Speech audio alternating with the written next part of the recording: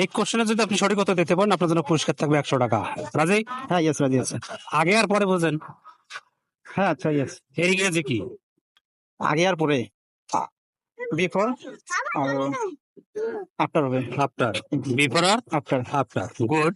কোশ্চেনটা হচ্ছে আপনার বয়স 10 বছর আগে বয়স ছিল 10 বছর, 10 বছর পর আপনার বয়স কত হবে?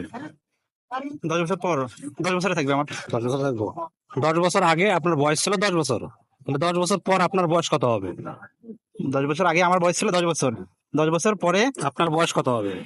আগে 10 বছরে থাকবে। 10 বছর থাকবে? Yes sure? শিওর। আচ্ছা, কিভাবে এই ম্যাথটা আপনি করলেন?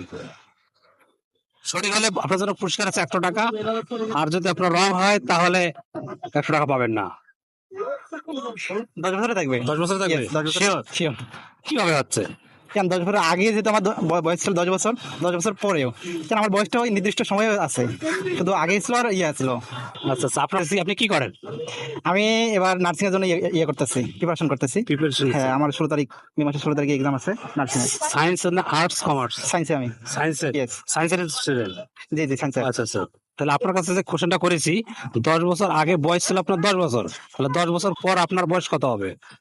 10 বছরে থাকবে। অনেক চেষ্টা করেছি, দর্শক ভাই সঠিক উত্তর হয়নি। সঠিক উত্তর কি হবে অবশ্যই আপনারা কমেন্টে জানিয়ে যাবেন। ধন্যবাদ।